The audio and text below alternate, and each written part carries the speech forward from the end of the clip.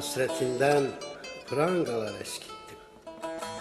Seni anlatabilmek seni, iyi çocuklara, kahramanlara, seni anlatabilmek seni, namussuza haldan bilmez, kahpe yalana.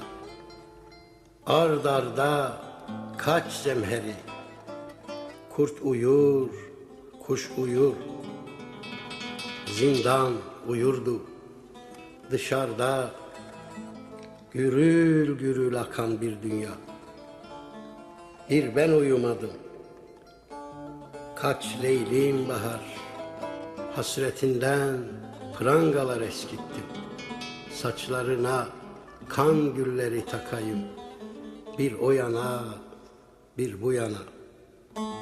Seni bağırabilsem seni, dipsiz kuyulara, akan yıldıza, bir kibrit çöpüne varana, okyanusun en ıssız dalgasına düşmüş bir kibrit çöpüne.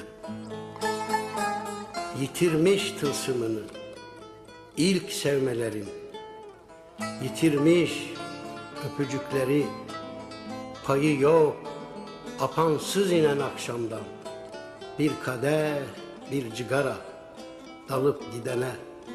Seni anlatabilsem seni, yokluğun cehennemin öbür adıdır. Üşüyorum, kapama gözlerini.